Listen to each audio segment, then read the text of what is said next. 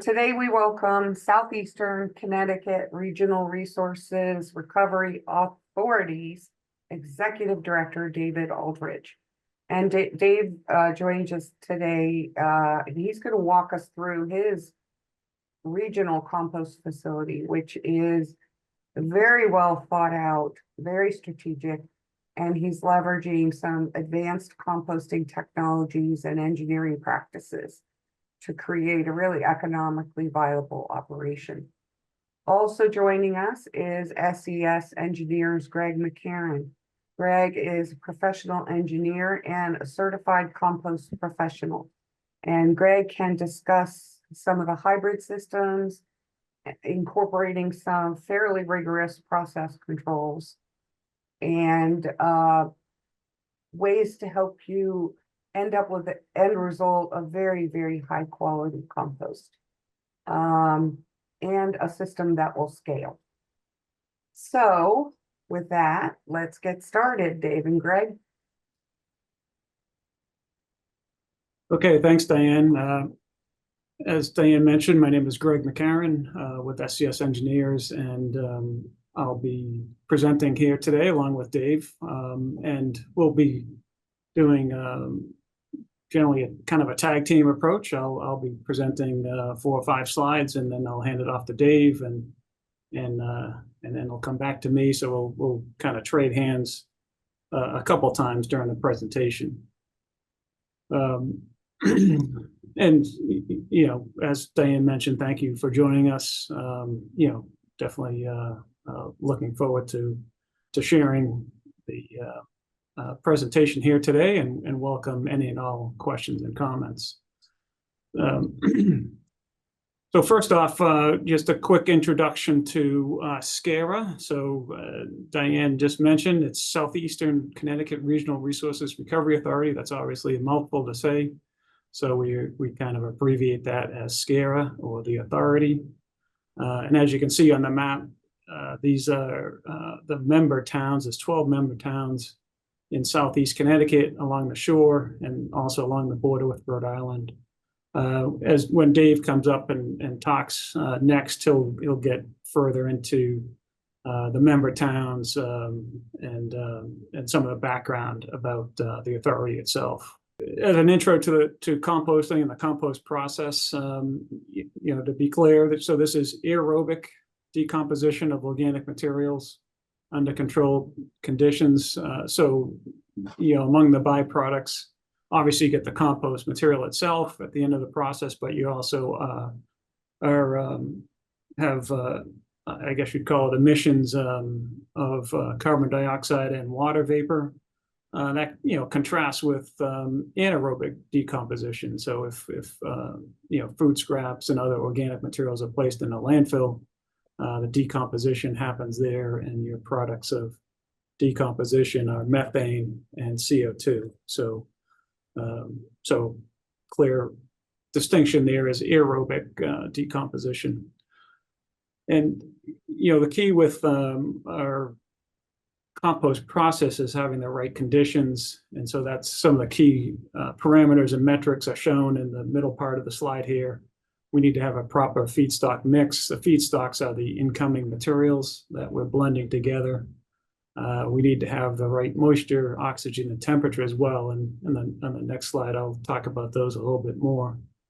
And then the last line here on the slide, I like this. This is from a Rutgers study that was published back in 1985. And as way of background, we'll be talking about aerated static pile compost systems, ASP systems, throughout the presentation today. And there was a lot of work done by USDA in Beltsville, Maryland. So folks may have heard of the Beltsville method or USDA method. So that refers to those tests and research that was done by USDA back in the late 70s.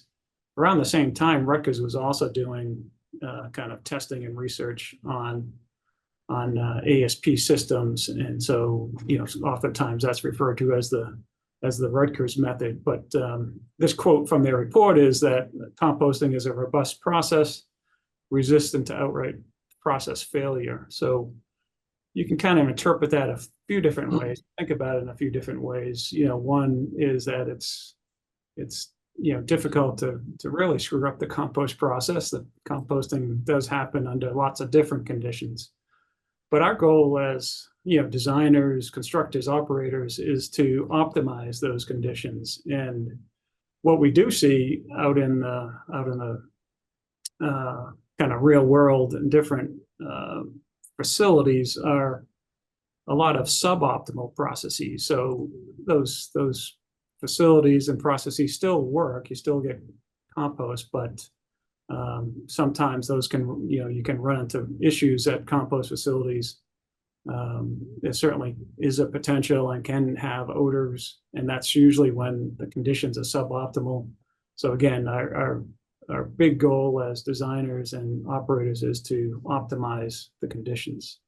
So here's the key conditions that I'll highlight. So first, the proper feedstock mix. So a lot of what's being talked about today throughout the Northeast as well as throughout the country is diversion of food scraps. And that's what SCRRRA and Dave are looking to do with their facilities, divert food scraps from, in their case, from incineration, and divert those to a compost facility where they're going to blend the food scraps, again, in SCRRRA's case, with wood chips or ground wood. Among the things that Dave and SCRRRA do is that they have a grinder that they run around to each of the towns and manage woody waste that's generated in each town. And so they have a surplus of wood chips and ground wood. And so we'll be taking the ground wood and the food scraps and making a mix. And you can see here the key parameters. We're looking for a carbon to nitrogen ratio in the range of 25 to 40 to 1. And also a mixed density of somewhere in the neighborhood of 700 to 1,000 pounds per cubic yard. So that gives us, the right feedstock mix.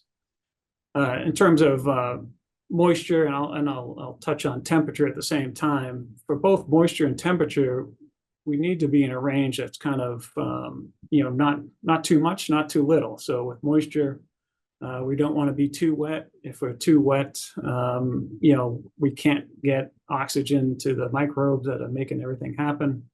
If we're too dry, then the microbes and the bugs that are composting the material don't work too well. So we need to get the moisture in that range of 50 to 60% is the typical range we want to be in. Temperature is similar. We want to be warm. We want to be above 130 degrees for a number of reasons. One, the bugs like it in that range. And also, we're killing weed seeds, we're killing pathogens when we're above 130 degrees.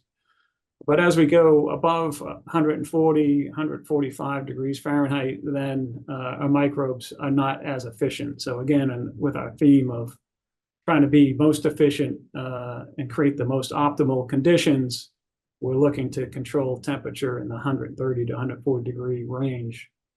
And then coming back to oxygen, this is a aerobic process, so we want to have as much oxygen as possible, definitely more than 10% oxygen throughout the pile. And so with aerated static pile composting, we're forcing air into the pile where we have positive aeration. And so what's happening there is we're actually controlling temperature by removing heat through vaporization of water. So part of blowing air into the pile is not only to supply the oxygen, but also to remove the heat, which otherwise would climb, easily up into, say, 150, 160 degree range, which is okay. It's just not optimal. And so that's the key process. One caution, as I note here at the bottom of the slide, is with forced aeration, we're driving off a lot of moisture. We do have to be aware that we can deplete the moisture and the water content. And so as part of the design process, we need to think about how we can keep the moisture in the proper range and return moisture to the pile as we move along through the process. So there's kind of three main categories of technology. There's turned windrow, there's aerated static pile or ASP, and then there's in vessel and in building type of systems. Yeah, there you go on that slide.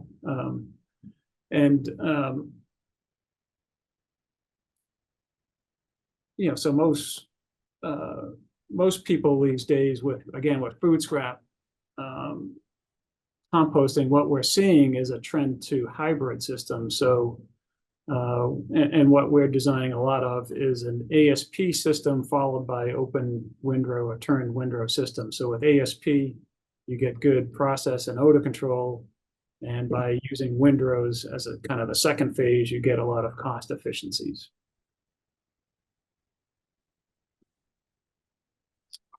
And so, you know, no matter what the size of your facility or the technology that you ultimately employ, there's key goals and requirements for all compost facilities. So number one, you need to make a high quality, consistent compost product. You know, you want people to, you're producing a product, you're putting a lot of time and effort into the compost process. It is a valuable product. It has many benefits. I won't get into those benefits today, but you know, people will come to your facility and buy your finished compost if it's high quality, and they'll keep coming back if you make a consistent product. So throughout the design, construction, and operation process, you know, we need to continue to focus on making high quality, consistent products. Key thing, of course, with you know, handling these types of materials, food waste is putrescible. You know, there are potential issues that can arise. So we certainly need to comply with all regulations. Things that have occurred at compost facilities that we need to guard against is odors and air emissions. Contact water and stormwater management is critical as well. But again, with proper planning, proper design and operation, all of these things can be managed efficiently. And then finally, you know, we need to be cost competitive. We are competing in many instances again, you know, with in Dave's case, with waste to energy facilities, in other locations with landfills, and so you know, we need to do all of the above with cost competition in mind. So with that, I'll be on to the next slide, and Dave will talk about the pilot test that SCRRRA undertook a couple of years ago. Yeah, great. Thanks, Greg. So I'll start off with a little trash talking here and give you a little background on that side of the equation. So in the late 70s, early 80s, the state of Connecticut passed a statute requiring the closure of all municipal landfills. To accomplish that, the technology du jour, if you will, were waste to energy facilities. That was the up and coming technology for handling solid waste. So our authority was actually created in 1987 by joint resolution of the 12 communities that we represent as an entity, as the bonding entity to build a waste energy plant. We did go through that. The plant was constructed and went operational in 1992. The bonds went 25 years. Some of the contracts that were involved in the indenture were very positive for SCRRRA, and we ended up when the bonds were paid in 2017, actually with a fair sum of money that we invested, and we now use that to subsidize all of the solid waste processing in our 12 communities. So when the state built out the waste to energy facilities, they only built out about 80% of the capacity, and they just stopped. So we've always been sending about 20% of the waste out of state to mostly to landfills. About a year and a half ago, the second largest of the facilities closed. It was actually an old coal burning plant that was generating electricity, and they converted it over to trash. It was older technologies. The generators in the building were 70 years old, and it had run its useful life. So it closed down, and that exacerbated the shortfall in the capacity. So we're now sending about 450,000 tons of municipal solid waste to landfills in Pennsylvania, Ohio, and Virginia at unbelievable cost, both financially and environmentally. You know, if you think of the number of trucks it takes to move that quantity of something that has no value, it's not a very good situation. So the state, rather than investing in more waste to energy plants, the money's not there for that right now, opted a program to kind of recycle our way out of it. You know, we're going to find ways to divert from the waste stream into other forms of handling excess items. The lowest hanging fruit with that was organics, and so we looked at that. Said composting would be a real viable way for us. The authority sent my recycling coordinator and I up to a week-long class put on by U.S. Composting Council up at Cornell, and learned enough about composting to be dangerous, but it gave us the background to be able to move forward. So the first thing we decided to do was, as Greg kind of outlined in the steps, to do a pilot test to see, is this something we could do? Is it viable? Would it work? So, and I think the next slide will show a piece of equipment that we own that we use to grind wood at the 12 transfer stations in our 12 towns. So pictured here is a large horizontal grinder.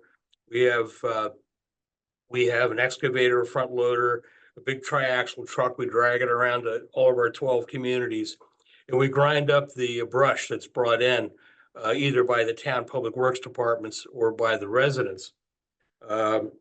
We grind that up, we leave it there, and we have historically had an excess of about 50,000 yards, which we were actually paying to get rid of.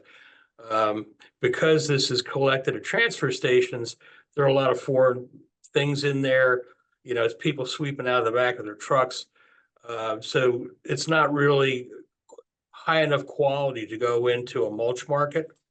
But we wanted to see, you know, is this something that we could utilize as the carbon source in a composting operation? So with SCS's help and equipment, we set up a pilot test a couple of years ago at our Stonington transfer station. One of our communities is down along the coast. We went in, we put down a gravel base, put road millings on it, flattened it out, and then brought in source separated organics, both pre and post consumer. So we had one local organics hauler out of Hartford that brought down materials that were collected both curbside from residents, from small grocery stores, from restaurants, for the post-consumer side. We also incorporated pre-consumer. There was a Frito-Lay plant north of us, and we brought in about 7,000 pounds of reject potatoes. So we had a really good mix in there of different things. And we did 2 batches. So we put down a layer of mulch, act as a plenum layer, they call it. It soaks up moisture and helps the aeration process. Then we would mix in the first batch 4-to-1, 4 parts carbon to 1 part food waste. In the second batch, we did a 3-to-1. Just mixed the 2 together, put it on the pile. There was an aeration pipe running through the bottom.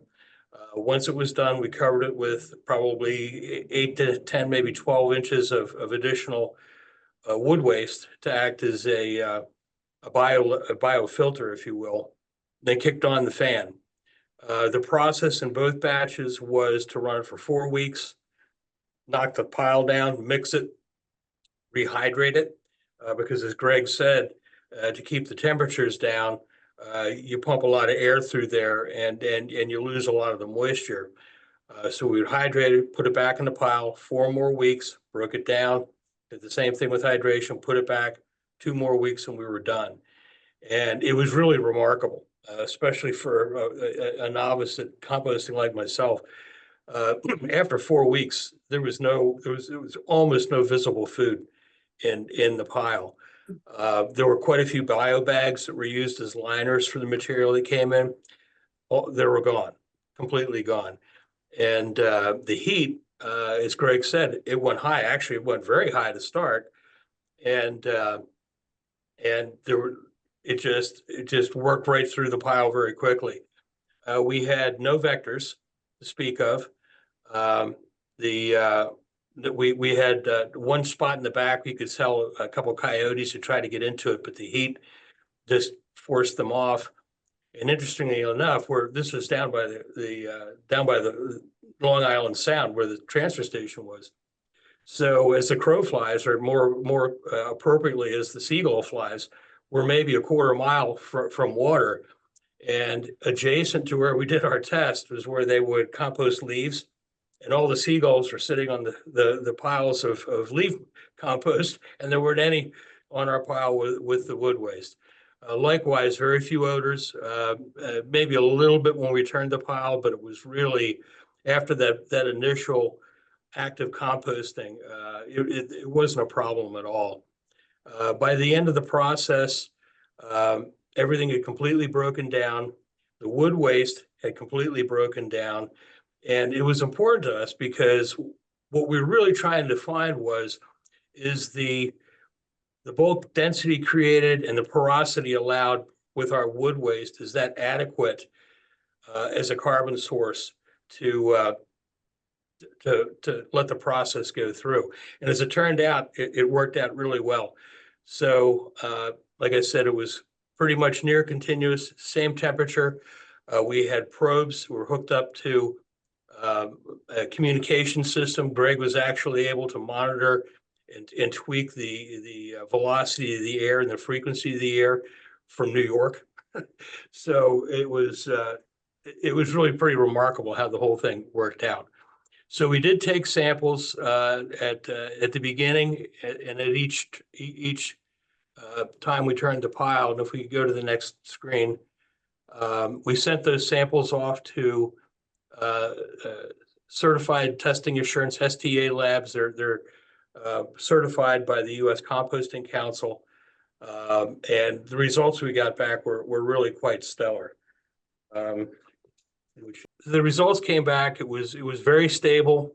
As you can see in the picture, I'm holding a handful of it. It had really broken down.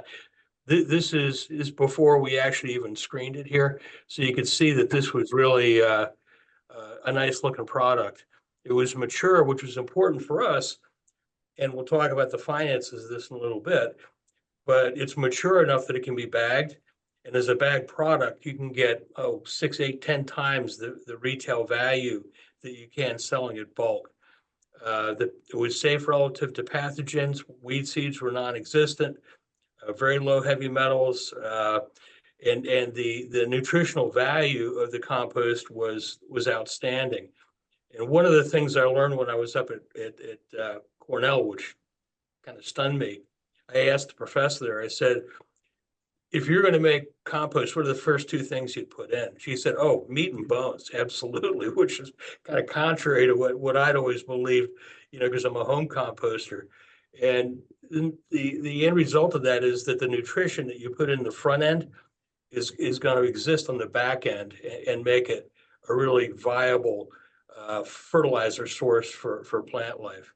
And then lastly, the salinity was quite low. So that worked out well. So armed with the fact that we had done it, we could do it, we could make something really good, and we're ready to move forward. The next step in the process was siting a facility, which ended up being quite a difficult thing. So here again, you see the map of our region. When you look at it, the star right there is where our office is. The population here is about 235,000 people. We generate about 133,000 tons of material of municipal solid waste a year. Of that, we think there's probably about 20 to 25, or no, about 30,000 tons of organic waste in that mix. And as far as the demographics, we are a coastal community. So the first, right along the coast is where probably 60% of our population is. As you come inland, it gets to be suburban. And by the time you get up into the middle part of our region, it becomes very rural. So the idea here was, okay, where could we possibly site this thing? And these days that's difficult. If you go to the next slide, you can see we need it centrally located to where the generators are. So we needed to have it relatively close to the coastline where most of the businesses and most of the population base is. You needed good access to highways. We needed not to be next to neighbors. So here you go. We want to be close to neighbors to get their stuff, but we don't want to be near them when we're processing it. It needed to be large enough to make a difference in our flow of municipal solid waste. And then the site had to work out. And last and certainly not least these days is there's a high sensitivity to environmental justice. So it makes you take all those things into play, and it gets very difficult to try to find a site. So we actually came up with 4 potential sites. The one at the top, Sprague, Connecticut, was a closed paper mill, very remote. That was great as far as neighbors went, but not so great for access. It was a concrete surface, which was perfect. Save a lot of money in the construction side, but it was just too small and the rent was going to be too high. Below that, North Stonington, which is in a corner, in the southeast corner by the Rhode Island border, which you would think would be a little bit of a problem, but the highway systems all around that, both state highways and I-95 were such that access was actually pretty good. The site had about 40 acres, which size-wise was great. It was flat land. It had actually been a gravel yard at one point, so it checked most of those boxes, but it was privately owned. We were going to lease it. That was going to be expensive. The landlord that owned the property seemed to be rather difficult to work with. And if you look, there's a little blue dot to the east of it. While we were considering this site, somebody built a vineyard and wedding place, so a venue. So that kind of kicked this out real fast. We're going to be next to that. The third one we looked at was in Preston, right next to our office. And you can see this is a closed Dow chemical plant. They made polystyrene there. There's a section to the south end of that was all concrete, really pretty good. It was actually very remote because just south of it is a small mountain, if you will. So we were really remote from neighbors. But the owner of the property decided that they wanted to find something more lucrative than composting. So that fell through. So finally, in the next slide, you'll see where we ended up going. And it was actually property that we already owned. To the north of that, you'll see the white buildings there. That's actually the waste to energy plant that we built. The boxed in area beneath that is a 23-acre parcel. We already own it, so that was a benefit. The layout is really, the topography is fine. We got in there, we checked pretty much all of the boxes. And what made this a little unique is that because it was adjacent to the waste to energy facility, we were actually able to go into zoning as a accessory use to the waste to energy plant, and that really streamlined that process really quite well. So this is what we settled on, and I think next we get into the zoning, and I think that goes back to you, Greg. Yeah, thanks, Dave. So just taking over here again, and I'll talk a little bit about the engineering and design of the facility. And in the first couple slides I'll talk about here are more generic. So what we typically start off doing is with any design project like this is to put together a mass and volume balance. So interestingly, you know, most compost facilities, most solid waste management facilities have a scale of some kind. So trucks are coming in, they're being weighed, and we have tonnage records. Well, right after the truck passes the scale, we get the tons. Right after that, we're really dealing with volume. And so we, in our design process, we're immediately converting our tons to cubic yards using assumed densities. Because what we really need to find out is, okay, how much volume is all this material going to take up? How much, aerial space, ground space is going to be taken up by this process? And so we put together that mass and volume balance with the assumed material coming in, as well as importantly, how the material goes out. In the Northeast here, there's big seasonal demand for compost products in the springtime, when everyone's awakened from their winter slumber, and then also in the fall time, which is a good time to plant, reseed lawns and things of that sort. So we do have to plan for, especially the seasonal outfalls from the facility, the material going out. And also in our site layout process, we're planning for both the full development and the initial development of the site. So with Dave and SCRRRA, we foresee that the food scraps that come into the facility are going to scale up over time. Right now, there's not that many food scrap drop off or collection programs within the member towns.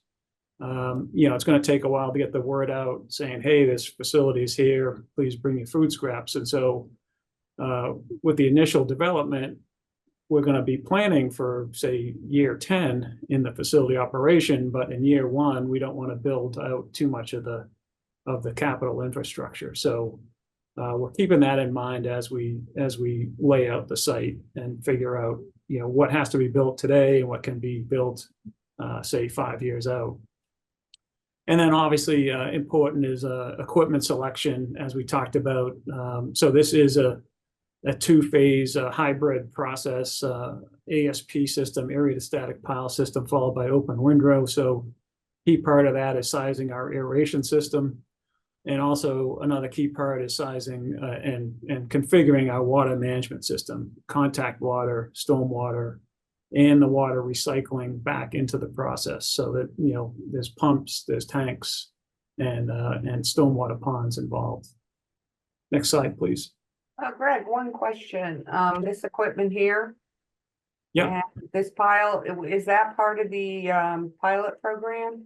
Yes, it is. Yeah, I meant to introduce that, so thank you for the question. Yes, this is the actual pilot test setup. So in the foreground is the compost pile, and if you can see, there's a temperature probe in the pile. Yep, whoever's doing that there. Yeah, thank you. That's the temperature probe. So we're monitoring the temperature of the pile. And in the background is a trailer where we have our control system and our blower system. And in this case, we did not have electric power, utility power readily available. So we had a generator that was running the system. So Dave was able to source a generator that was brought in, and we were running this, trailer and blower setup, 24/7 for the whole test period. This just represents, again, our typical design process. On the left-hand side is our process flow diagram covering the feedstocks coming in, the compost process in the middle, and then to the bottom of the process flow diagram is the sales and blending of products that this particular site did. This process flow diagram is for a facility up in Vermont. And then on the right-hand side is the output from our volume balance spreadsheet. So that these items are good to be able to talk through with Dave. And then also we translate these volumes into our site layout. So we know how much room is needed on the site for receiving, how much is needed for ASP, how much is needed for storage. So next slide.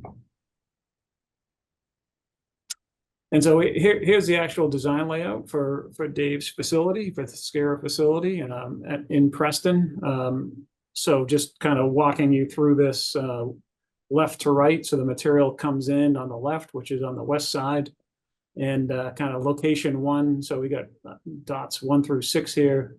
Location 1, that's the scale. So all material, at least the food scraps anyways, are weighed in on the scale there. From there, trucks would travel over to the receiving building, which is location number 2.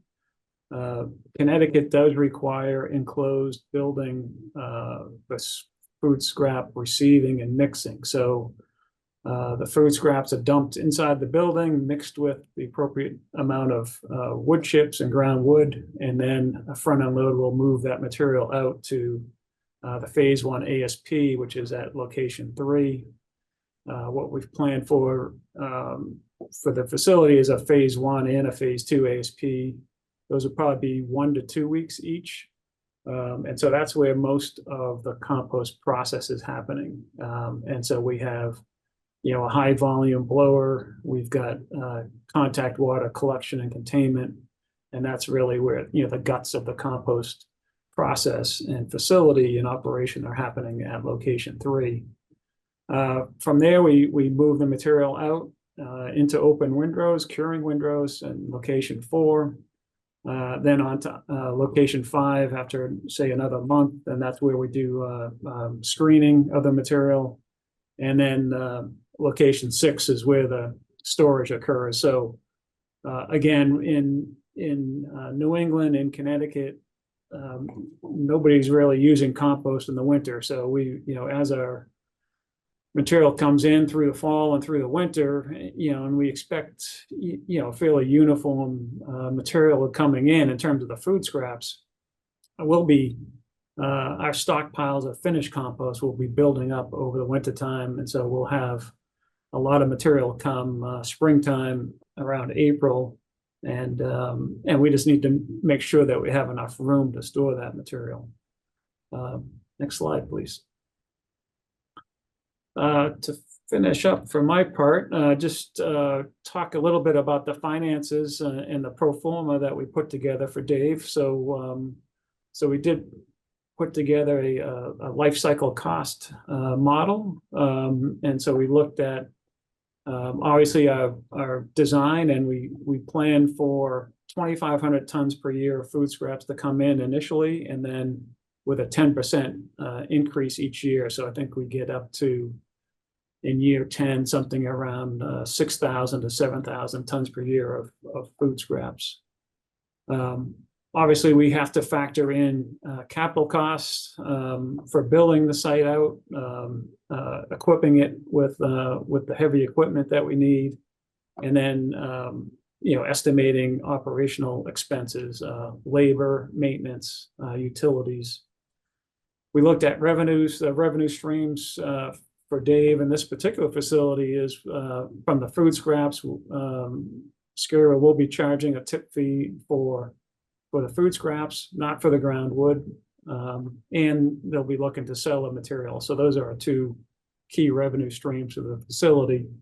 And then we really had a base case scenario, and then we looked at different sensitivity cases, and looking at, hey, what happens if the compost sales revenue is low? What happens if it's high? And so just to give Dave and his team some idea of what might happen with different sensitivity cases.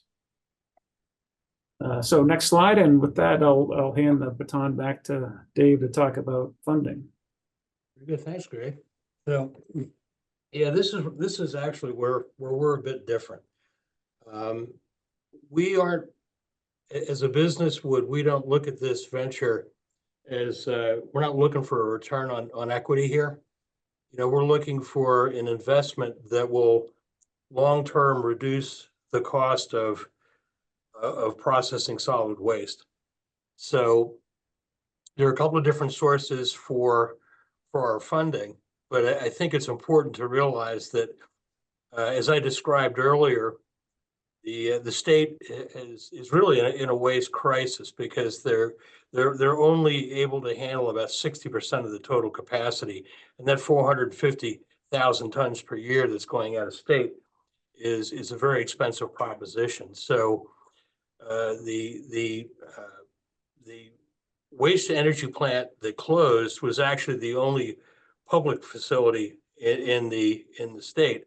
So when that closed, we were immediately moved over into market forces. The cap for where tip fees on waste to energy plants will go is probably about $1 less than it costs to ship the stuff out of state. So we're realizing a very fast-paced inflationary spiral with the cost of trash.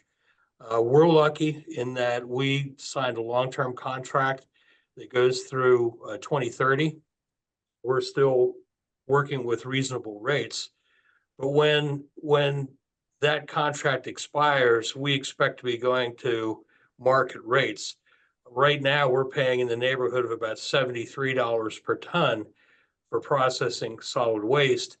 In 2030, we expect that number is going to be between $135 and $145 a ton. So when we hit that 2030 date, our costs are just going to explode. So the plan here is to get this operation up and running.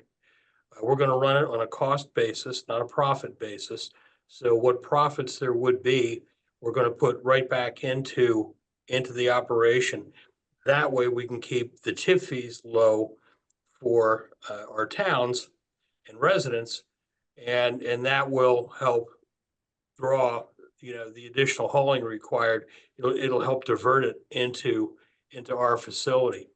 The early passes at the pro formas that we've looked at, we think we can keep this tip fee down in the $65-70 range. So we're talking, once this is built and we're running it, we're going to be able to operate at half the cost of getting rid of the trash. So that's, for us, that's where the real payback to this is. So, when we look at this investment, it's kind of like when a town builds a road, they're not looking for a return on the investment.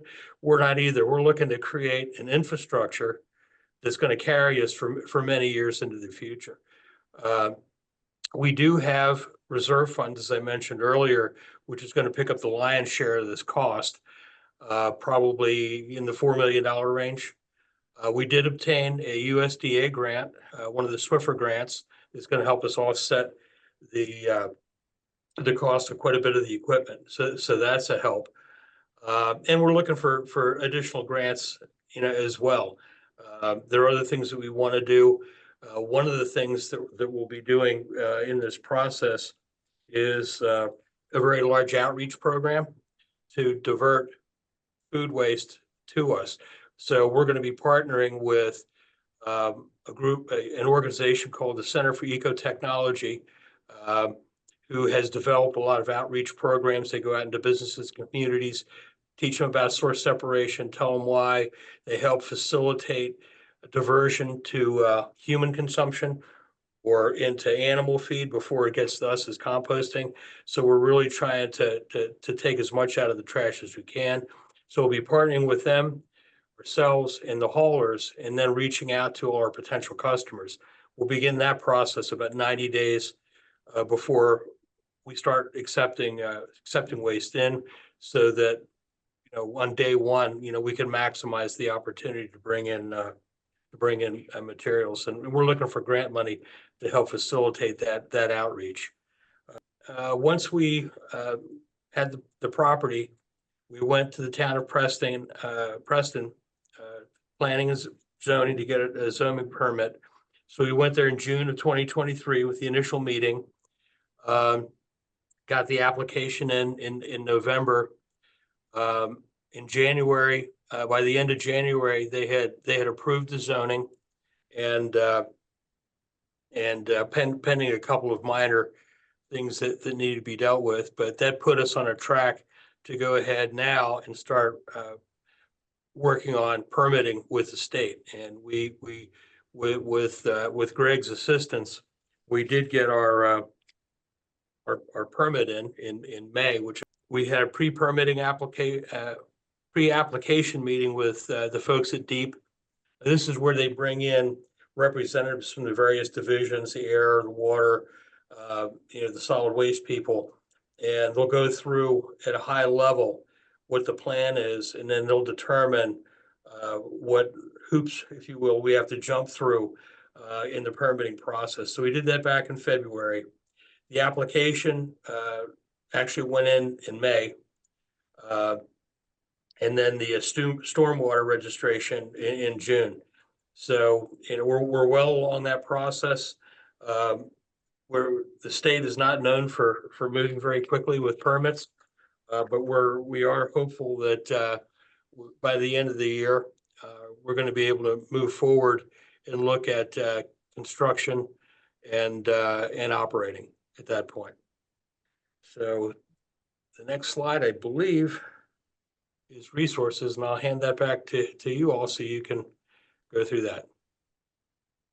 Yeah, I think this kind of last slide here is just meant to be some resources for folks to look at if you're considering a similar facility, developing a municipal facility or any type of facility. There's a lot of resources, of course, online. USCC, U.S. Compost Council, has lots of facilities.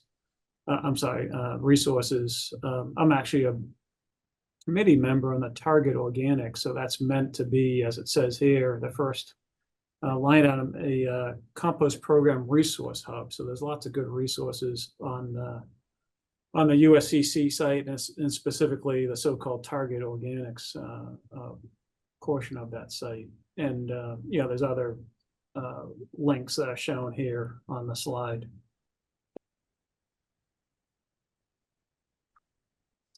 And several came in early. So with facility design, how do you factor in contamination control and quality control for the compost if food waste is part of the feedstock? Do you have to test it regularly? I can start on that, Greg. You'll probably want to finish on it, but yeah, contamination. Obviously, we're talking source separation by the general public or businesses. That's why when we're going to do our outreach, one of the critical aspects is to have the hauler involved in that, because they are the customer facing entity. They are the people that are going to see what's being picked up before it gets picked up. So the first line of defense is right there. Once it gets to the facility, we will take any obvious contamination out at the receiving building. We'll have a dumpster in there where we can divert recyclables or trash at that point. And then on the back end, anything that's not rotted at that point, we'll screen out. And we found that with our 2 test batches, what was at the back end of that was very clean. There are certain things we won't accept. We're not going to be taking bio waste. We're not going to accept grass. We're concerned with persistent herbicides and pesticides that could be in there. So our carbon source is really pretty benign. So the focus will all be on the source separated organics. Okay, I also had a question that came in when people were registering. So I think you've actually covered this. So you talked about machinery preferences, and you kind of went through the space considerations and, what the kinds of things you have to consider depending on when your feedstock is coming in and when you're producing. So I think you've essentially covered all the questions they had. However, if you were the person who sent the questions in, you can always contact me and we can provide more information about that. Another person asked, and you're not using manure as part of your feedstock, but do a lot of the units you work with, Greg, do they consider using farm manure and municipal food? Yeah, well, one of the very first things that when we get involved in a project is ask them, well, what types of feedstocks are you going to accept? So, really any organic material can be composted. So that can be food scraps, that can be animal manure, that can be biosolids from a wastewater treatment plant, food processing residuals. So all of those materials can be managed, can be handled by a compost facility. So the key thing is, what is your particular types and mix of feedstocks, and what are the quantities of those materials? Okay, I quickly had been shown the process flow diagram, and I attributed that to a Vermont facility. So at that Vermont facility, actually, they do take in some manure there with food scraps, leaves, and wood chips. So they have quite a few feedstocks at that particular facility. but the process is the same. You're taking a look at what the feedstocks are, what they, Right. Right. and then going through the pilot process. I'm gonna save the next question for later because it's very interesting. Could you provide any additional stormwater or leachate management information? Just in general? Well, in general, you definitely need to lay out your site to manage, both of those streams. So, whether you call it leachate or contact water, for the SCRRRA facility in the receiving building, will be, making sure that any leachate is captured and contained, and we're going to recycle that back into the process. Okay. Likewise, on the ASP pads, those are concrete pads. They will be sloped, and we're going to, again, positively collect and contain any leachate. That material, those liquids will be drained to a sump. We're going to pump it back to a tank that will be situated next to the receiving building, and again, that material will be recycled into the process. Okay, so that's essentially, again, part of the process and part of the pilot and testing, and all those things get tested. Well, I mean, I mean, it's, could- I they should could say be part of your tested. design. I mean, on a regular basis, we'll simply collect and contain them and recycle the leachate back into the process. On the stormwater side, likewise, we're gonna carefully manage both, make sure we don't have any run-on to the site, and also we're gonna direct any stormwater that falls on the site into a stormwater pond. It was shown on the diagram, the site plan that I showed earlier. I didn't really put focus on that, but that water also we're going to look to recycle into the process. So a lot of the water, definitely 100% of the leachate of the contact water will recycle, and then the stormwater water that is going to get recycled into the process as well. Well, it makes the whole process that much more sustainable. Right. We have an anonymous question. Can you touch a bit more on particle size? You discussed wood chips. Do wood shavings and or sawdust compact too much, or are they too fine to be effectively used in composting? Well, I guess Dave, maybe you can touch on what you guys do, and what you plan to do with the grinder that you have, and then I can touch on things like sawdust. Yeah, so we grind. We have different size grates we can put in there.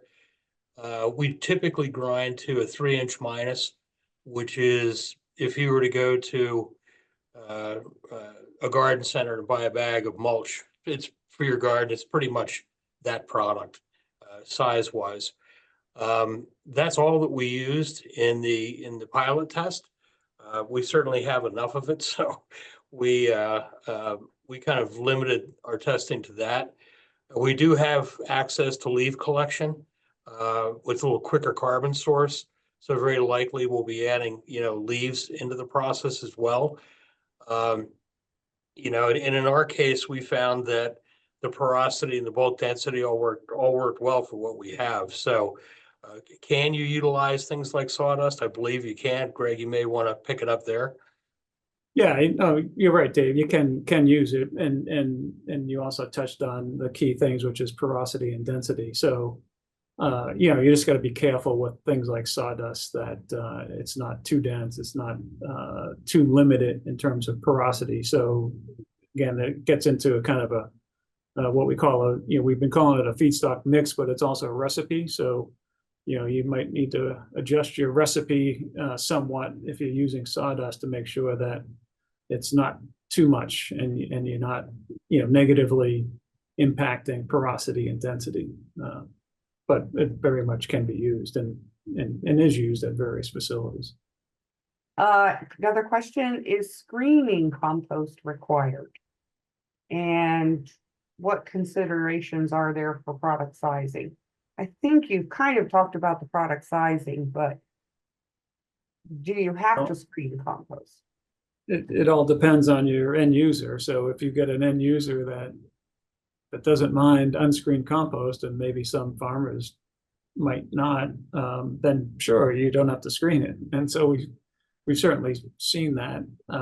But most folks do want screened compost. And then in terms of particle size, again, it depends on the end users.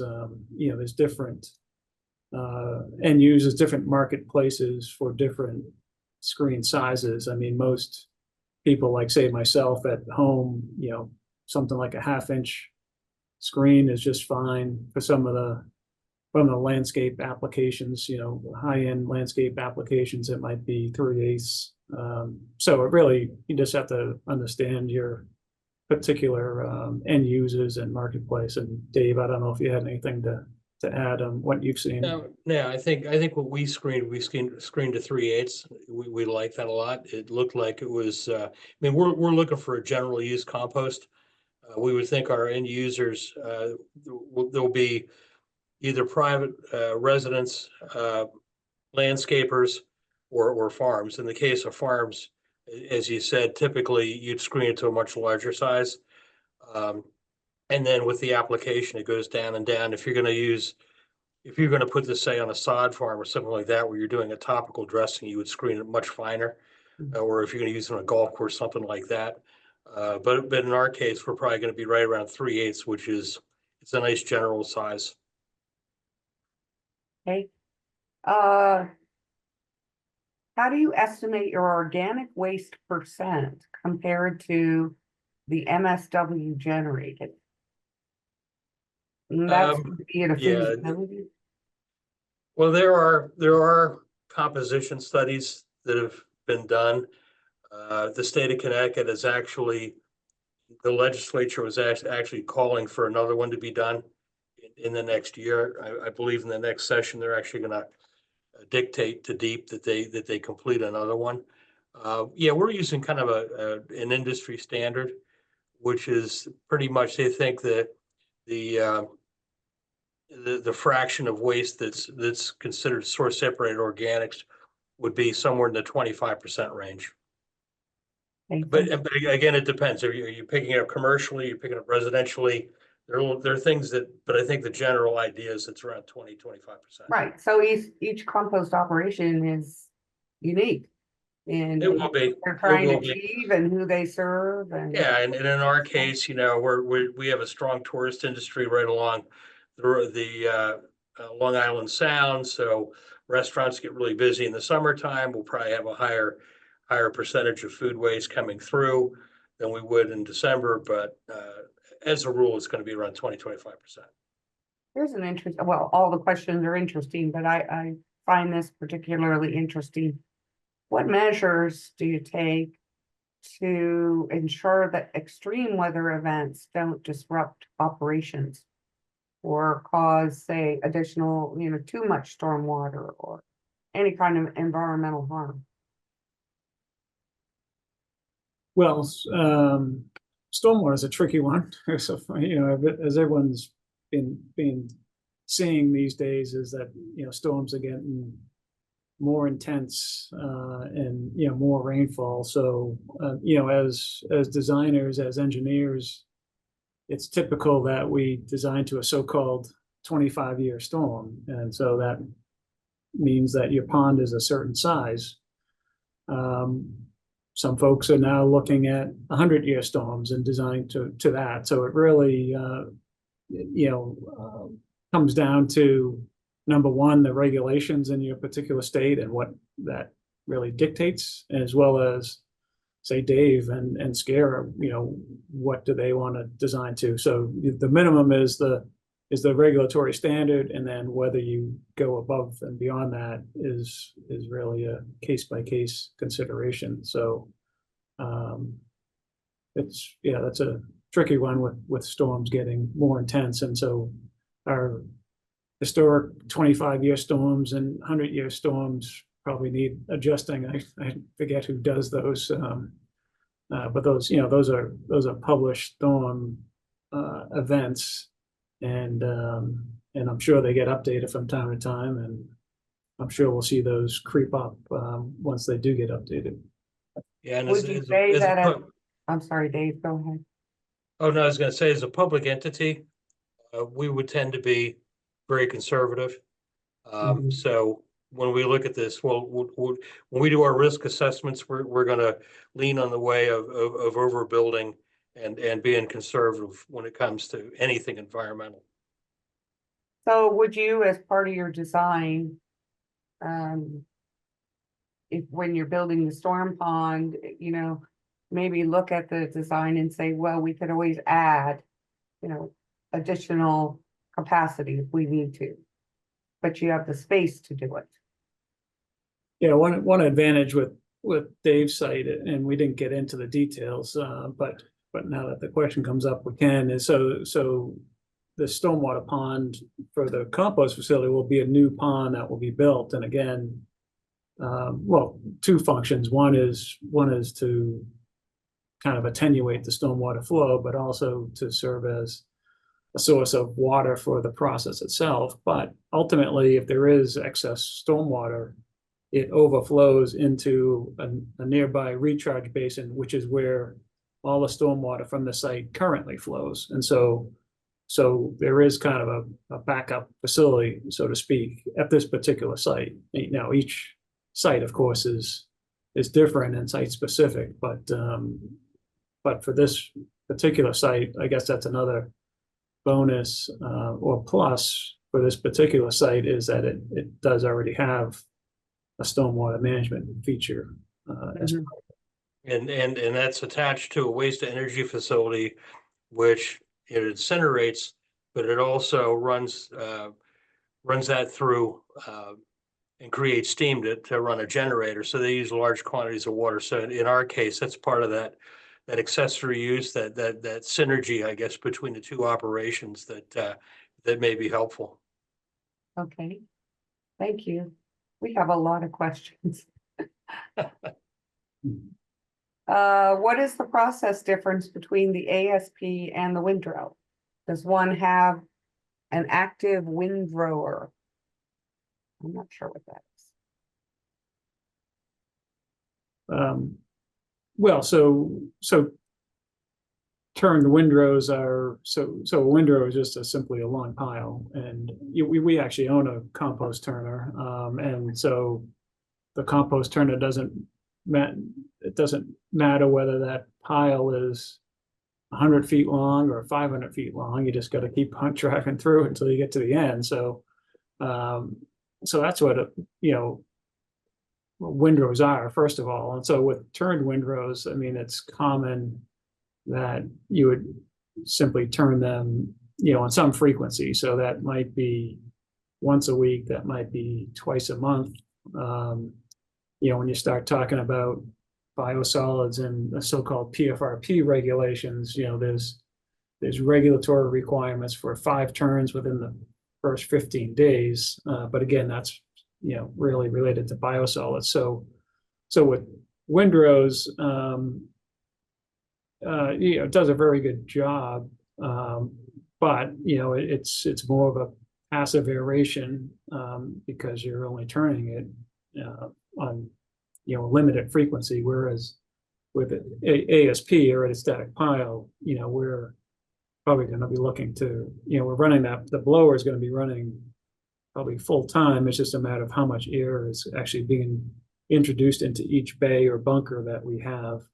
And that's going to be dictated by temperature and controlling temperature to the range that I was noting earlier in the presentation. So ASP is definitely very much more of process control. There's more air being blown in, and there's a lot of science and research now that shows that a lot of the decomposition, a lot of the potential emissions are happening in the first week or two. So that's why here at the SCRRRA facility, we want to use ASP, which gives us a lot more process control up front. And then we can go out to open windrow as the kind of the second part of the hybrid process. Yeah, when we looked at that, another consideration from our perspective on this was what the ASP gives you is throughput. So because you're accelerating the process up front, what would have been in long windrows that would take a lot of property, you can do, in a controlled environment in a bunker, get that done in a couple of weeks and move on. So for us, that helps downsize it. And Greg was talking about the control factors. If you're going to site this close to people, you need a lot of control, and you don't have a lot of control with a windrow. It takes a long place. When you turn that thing in the early days, you're going to have odors. I mean, it's the nature of it. So that's the reason we opted for the ASP. Do you test for PFAS? And is that a concern for your customers? So I guess to Dave, do you test for PFAS? And to Greg, of course, we're hearing about PFAS more and more, but. Yeah, I'll address that first. And yes, to answer your question, yes, we test it. We're going to test everything. And when we sell our product, we're going to make those test results available. We want people to understand what they're buying from us. The other thing you need to understand with PFAS is what we're putting in there is coming off of people's plates. So the PFAS that would be in there is literally the food that people are eating. And if we didn't have a high level of it, if we did, I think there's a whole different problem there. You know what I'm saying? So, and then the woody waste, really, there may be traces, but that's really not the source. It's going to be through the food waste, and any, if there are any contaminations that could potentially have PFAS in them, and it's really an upfront question. It's really, the focus right now has been on water treatment plants way more than it has on solid waste. Right. Yeah. And just to add on, I mean, yeah, everyone kind of knows PFAS is everywhere. I mean, importantly, to know, I would think it would go without saying, but compost facilities don't produce or generate PFAS. It's, as Dave was saying, it's upstream. So it's really a societal problem that we need to address. It's in various products. It's in, fast food packaging. And yeah, to the extent that you're getting fast food in a hamburger in a wrapper, you've got PFAS on your hamburger, and that's probably more of a concern, at least to me it is, than what might ultimately come out in finished compost. But yeah, it's gonna be there. It's really everywhere, and so we'll do our best, kind of as an industry, to advocate for really getting PFAS just out of our society in general. There are things like New York State, I know, has a packaging regulation, which calls for either phasing out or banning PFAS in food packaging by a certain date. And Dave, I don't know where Connecticut's at with that kind of legislation or regulation, but that's just one example. So there is effort, out there to address the issue, which is really upstream, not with the compost process itself. Bills will come up, and they'll come up in successive legislative sessions, and they'll kind of get legs on the second one, and the PFAS issue got legs in the last session. I would expect that we would have a statute limiting it in the next spring. Okay, measure the emissions during, it says the research, or do you have any information on air permitting? On the SCS website, there are some white papers and some articles written about air permits and what may be coming down the road and measuring emissions for compost and other types of programs. So I don't know if you did any of this on your project, Dave, but you can find additional information on our website about that. Yeah, we didn't do any of that kind of testing. I mean, I can tell you that the composting process sequesters carbon, so it's a good thing. I think my ultimate goal and dream that someday would be to actually take this thing off the grid and bring in a solar array and just do it naturally and go carbon negative. That would be our long-term goal. I mean, we're worried about the finances of it, but we're worried about the environment first. We always are. Yeah, and just on air emissions, just a note for folks.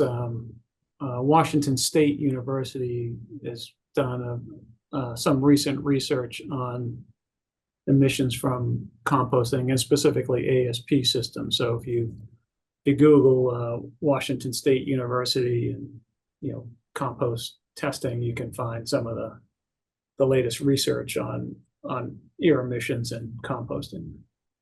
Okay, thank you. This is a question. We are looking into treating our compost leachate with an active treatment system in order to discharge to an adjacent creek. Do you have any experience with that? Well, SCS does we build treatment systems for leachate all the time. I don't know of any that we've built for composting or this kind of program. Yeah, I don't recall of any specific compost leachate treatment systems that we built, but as mentioned a number of times here, for the SCRRRA facility, and it's a common industry practice, is number one, obviously collect and contain the leachate, and then number two is recycle that back into the process. So the leachate that is generated is relatively small volumes, and it's fairly easy to recycle 100% of it.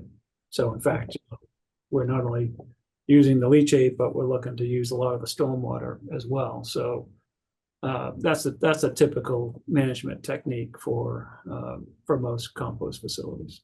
Okay, but if you find you had excess of wastewater, I mean, it's really wastewater, right, technically wastewater, could be treated. Right. So yeah.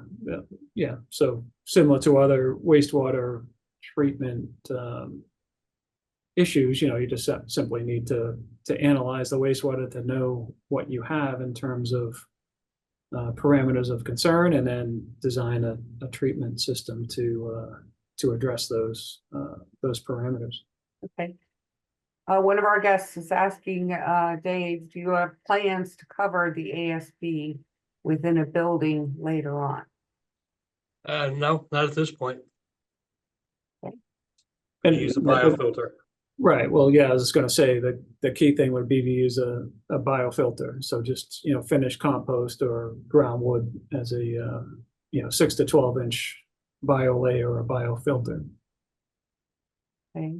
And are you going to be operating the facility yourself, and how many staff do you need, do you think, at its current plan? Yet to be determined on the former. We don't know if we're going to run it, or more than likely have someone run it for us. And for the most part, in the early days, it probably won't even require a full-time person. I mean, once you've done the receiving, it's a very passive process. Mhm. You can monitor it. Like I said, in our pilot test, we're all the way in Eastern Connecticut. Greg was over in New York State, managing the aeration piece of it. But as we get larger, I would think you're probably looking at a staff of a couple of people on site. Not much more than that. I mean, it's hard to say. Hopefully we need a lot because you're going to bring in a lot. Right. Yeah. Yeah, and the technology is amazing. There's so many sensors and you can do so much from far away. And if something goes wrong, you get an alarm. It's pretty amazing. Everything else I think you've already covered, but here's probably a very helpful question for a lot of people. How do you deal with opponents who spread misinformation to influence public perception during the citing process? And I'm not sure about the end of this question, and competitors who could possibly delay the permitted process. But I'll tell you, doesn't sound like you have competition, so. no, I was going to say in our case, we're going to be the first in the state. It's the first comment. The second comment that would be, if you do the math on the amount of solid waste that's going just out of state, not necessarily our total amount, there's so much source separated organics here that it would be great to have competition just because there's a lot of material that needs to be handled. And as far as I've done a lot of public speaking on this, and you do your homework before you get there, and if you have somebody challenge you, you engage them. In my practice has been, even after a meeting, if somebody's asked 2 or 3 poignant questions, I'll seek that person out after the meeting, and make sure that they're comfortable, with my answers, and haven't really had a lot of problems. It's interesting up here. There are 2 things that are really prevalent here. Farm to table is a real big thing in southeastern Connecticut. We have there's a huge population along the shore, sparser up north. In a sparser area, you have a lot of family farms. So there's a real interest in the local agriculture and promoting that. And the fact that we're on Long Island Sound, there's a very strong environmental group here. And they see this as a positive. And actually, most of the people that have been putting the pressure on the legislature and on the Department of Environmental Protection have really been from the environmental community, and that's who's been really supporting us a lot. And there was a legislation that did not get passed in the last session, but they're looking at making food scraps a mandatory recyclable item, which is huge if they do that. The floodgates will really open on this thing, and it's all dependent on infrastructure. And right now there is none. We're going to be it. And like I said, hopefully there is a lot of competition, because the problem's a big one.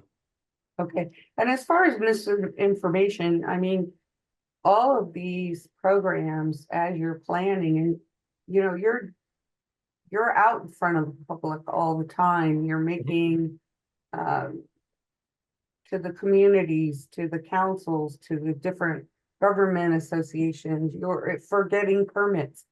All of this is public information. So, of course, there can always be misinformation or people use information incorrectly, but most of these programs have an outreach element, and everything is very transparent. And so we don't tend to have issues with that. Mhm. One of our attendees wanted to let us know that NOAA has storm reference numbers that are very good to use. I also know that FEMA has some, and the Corps of Engineers. FEMA and the Corps of Engineers have been working very closely to update the storm numbers, particularly because of insurance. But those may also be good resources. And one last question from Ruth O'Donnell. She's asking Dave, can you repeat the name of the group helping you to get scraps, and do they help you with outreach?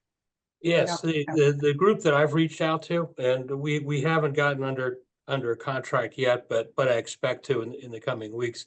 It's called the Center for Ecotechnology. It's a nonprofit that is in central Massachusetts. They've been around for about 30 years, and they promote all things environmental, if you will. And they have developed an outreach program on source separated organics, which they've implemented in a number of communities around the country. The Center for Ecotechnology is really pretty much a New England-based thing. They've started branching out a little bit more, but they've developed a very nice advertisement packaging, where they go out and they've got pamphlets. They have really helpful things like you can determine the amount of organics that like a restaurant would be developing. They'll say how many 60-gallon cans do you put out, and they have a calculator in there that'll tell you, okay, in the state of Connecticut, there's actually a mandatory for large producers that's over 1,000 pounds a week that they have to divert to an organics facility. So their calculator helps businesses determine whether or not they'd fit in. So great organization. Depending on which state you're in. California, for example, has some fantastic resources like that. So the states are doing more and more, working with nonprofits and, coming up with these helpful tools. We are done with the questions. I think that was a record, guys.